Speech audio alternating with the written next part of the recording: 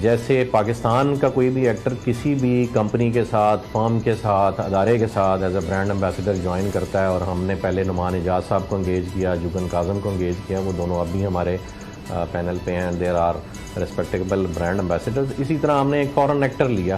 وہ فورن ایکٹر ایک فورن ڈرامہ جو کہ پاکستان میں بہت مشہور ہوا، ارطغرل غازی کا مین لیڈنگ ہیرو کردار تھے، اور اسی وجہ سے ان کی شہرت کی وجہ سے ہی ہم نے ان کو انگیج کیا الحمدللہ. And they came on board with us and they were going to not only work for our project in Rawalpindi Islamabad, بلکہ ایٹ دا سیم ٹائم جو ہمارا ایک پروجیکٹ بلو ٹاؤن کے نام سے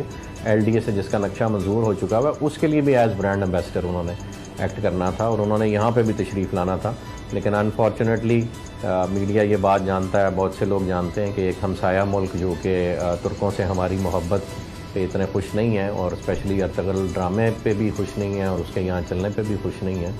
تو ان کی مداخلت تھی. وہ جیسے بھی ہوئی، میں اس تفصیل میں نہیں جاؤں گا. بہرحال لب لباب یہ کہ وہ یہاں تشریف نہیں لا سکے، اور انشاءاللہ جیسے ہی پابندی اٹھے گی اللہ پاک خیر لائیں گے، وہ ضرور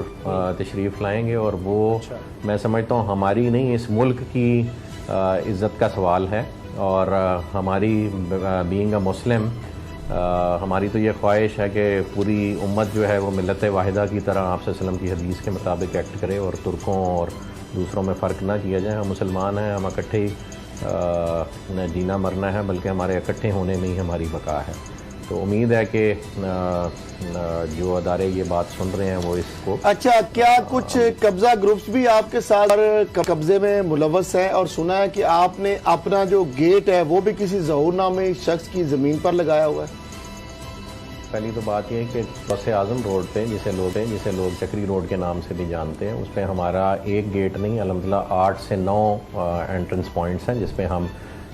منفرد ڈیزائن کے گیٹس ریز کریں گے. اس میں سے پہلا گیٹ جو ہے وہ الحمدللہ مکمل ہو چکا ہوا ہے، اور چائنیز آرکیٹیکچر پہ اس کا تھیم ہم لے کے چلے تھے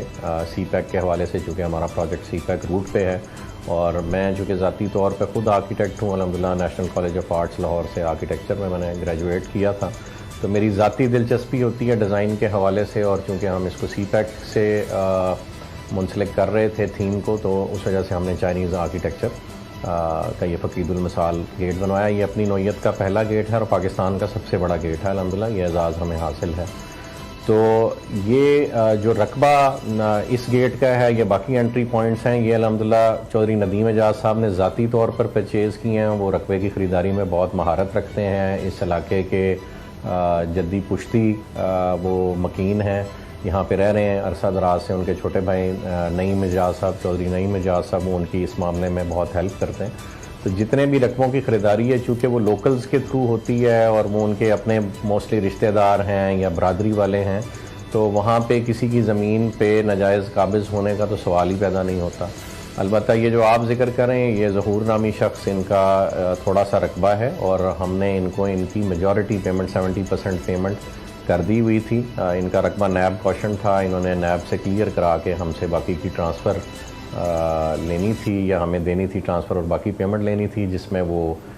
حیل و حجت کا مظاہرہ کر رہے تھے. اور یہاں پہ یہ ایک چھوٹا سا ٹرینڈ ہے کہ جب زمینیں مہنگی ہونے لگ پڑتی ہیں تو لالچ کی غرض سے لوگ اپنے معاملات کو کورٹ میں لے جانے کی کوشش کرتے ہیں. تو ہمارے سلسلے میں بھی یہی ہوا. ہم نے اس کی تمام پیمنٹ جو ہے وہ الحمدللہ کورٹ میں جمع کرا دی ہوئی ہے، اور اللہ پاک سے امید ہے کہ فیصلہ انشاءاللہ ہمارے حق میں ہی آئے گا.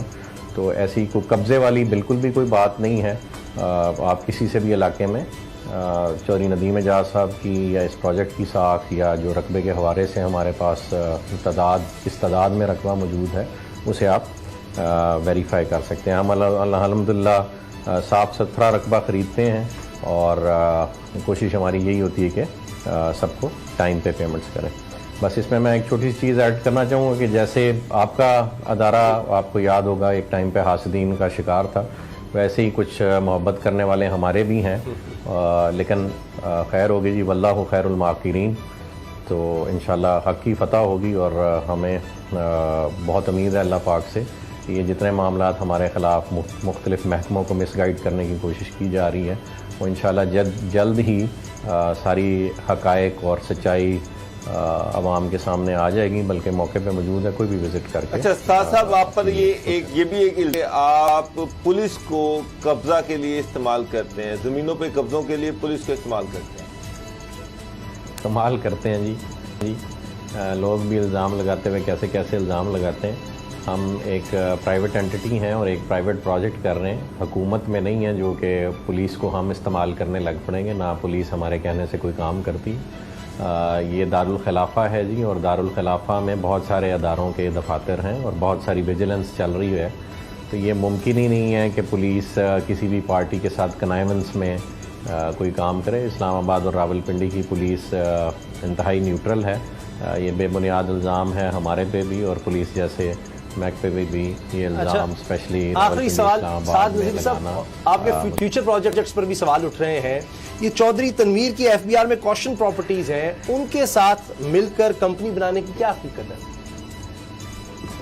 ہاں بھائی، ویسے آپ لوگوں کا نا کسی انٹیلیجنس ادارے میں ہونا چاہیے، جتنی تحقیق آپ لوگ کر کے اور پتہ نہیں کہاں سے انفارمیشن نکال کے لے آتے ہیں۔ تو الحمدللہ جی یہ حقیقت ہے، چودھری تنویر صاحب کے جو بیٹے ہیں دانیال صاحب اور ساما صاحب، ان کے ساتھ مل کر یس ہم نے ایک کمپنی فارم کی، اس کا نام بیورلے گارڈنز پرائیویٹ لمیٹڈ تھا، اور کمپنی فارم کرنے کا مقصد صرف اور صرف لینڈ ایکوزیشن تھا، لینڈ پروکیورمنٹ تھا، کیونکہ جن موضع جات میں ہم رقبوں کی خریداری کر رہے ہیں وہاں پہ چودھری تنویر صاحب کا ایک عرصے سے خریدا ہوا رقبہ پڑا ہے۔ یس آپ کے حوالے سے اور دیگر حوالوں سے ہمیں یہ اطلاع ضرور پہنچی ہے کہ ان کا رقبہ ایف بی آر نے غالباً کوشن کیا ہوا ہے یا انڈر انویسٹیگیشن ہے۔ ان کا موقف تو جو ہمارے پاس ہے وہ یہ ہے کہ وہ کہتے ہیں کہ یہ بے بنیاد ان پہ الزام لگایا جا رہا ہے اور انشاءاللہ وہ رقبہ بھی ان کا کلیئر ہو جائے گا۔ بہرحال مختصراً یہ کہ جب رقبہ کسی بھی ادارے نے کوشن کیا ہوا ہو تو اس کی ٹرانسفر وہ کسی انڈیویجول کے نام پہ ہو یا کمپنی کے نام پہ ہو ممکن ہی نہیں ہوتی، تو وہ اپنے سرمایے سے یا ہمارے مہیا کیے گئے سرمایے سے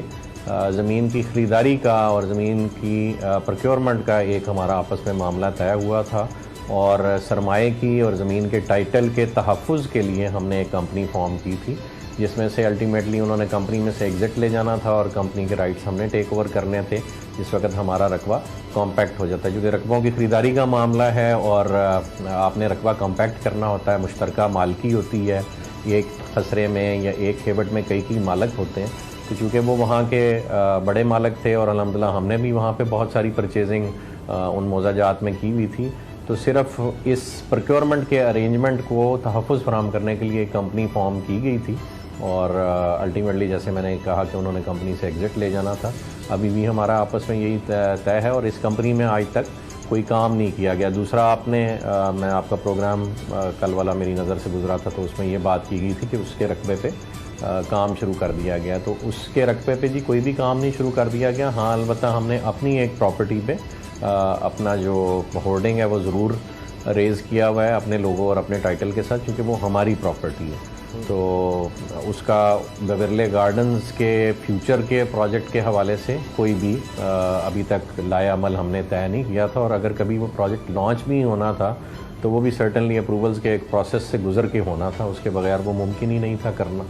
اور ہم نے بالکل رائٹ انٹینشن کے ساتھ ایک کمپنی فارم کی تاکہ لیگلی میٹرز کو۔ سعد نذیر صاحب، چیئرمین بلو پروجیکٹ، بہت بہت شکریہ، آپ نے وقت دیا، آپ کا ورژن آ گیا، اور جو ڈاکومنٹس آپ بار بار جن کا حوالہ دے رہے تھے وہ بھی ہم اسکرین پر دکھا دیتے ہیں کہ آپ کا یہ کہنا ہے کہ آپ کے پاس تمام ڈاکومنٹس موجود ہیں۔ اسکرین پر آپ دیکھ سکتے ہیں کہ جو بھی پراپرٹیز ہیں جن پر آپ یہ سارا لے کر آ رہے ہیں پروجیکٹ، تو اس کے جتنے بھی ڈاکومنٹس ہیں وہ آپ کے پاس ہیں، تو یہ آپ کا ورژن آ گیا۔ تو جو اداروں کے حوالے سے ان میں معاملات ہیں وہ بھی اسی طرح سے ہیں، اور جس طرح سے آپ نے بتایا اور سب نے سنا کہ وہ کہہ رہے ہیں کہ کچھ لٹیگیشنز میں جو چیزیں ہیں وہ بھی ان کے نالج میں ہیں، اور اس کے ساتھ ساتھ باقی تمام جو قانونی معاملات ہیں وہ دیکھ رہے ہیں، اور جو بھی لیگل ریکوائرمنٹس ہیں ان کا یہ کہنا ہے کہ یہ جو پروجیکٹ ہے بلو ورلڈ سٹی وہ انہوں نے پوری کی ہوئی ہے۔ تو پوری حقیقت مقصد یہ تھا کہ ہم اپنے پروگرام میں اب پتہ چلا میں آپ کے سامنے لاتے ہیں، اس حوالے سے جو خبریں آ رہی تھیں مختلف اداروں کے حوالے سے، پہلے ہم نے وہ ڈسکس کی،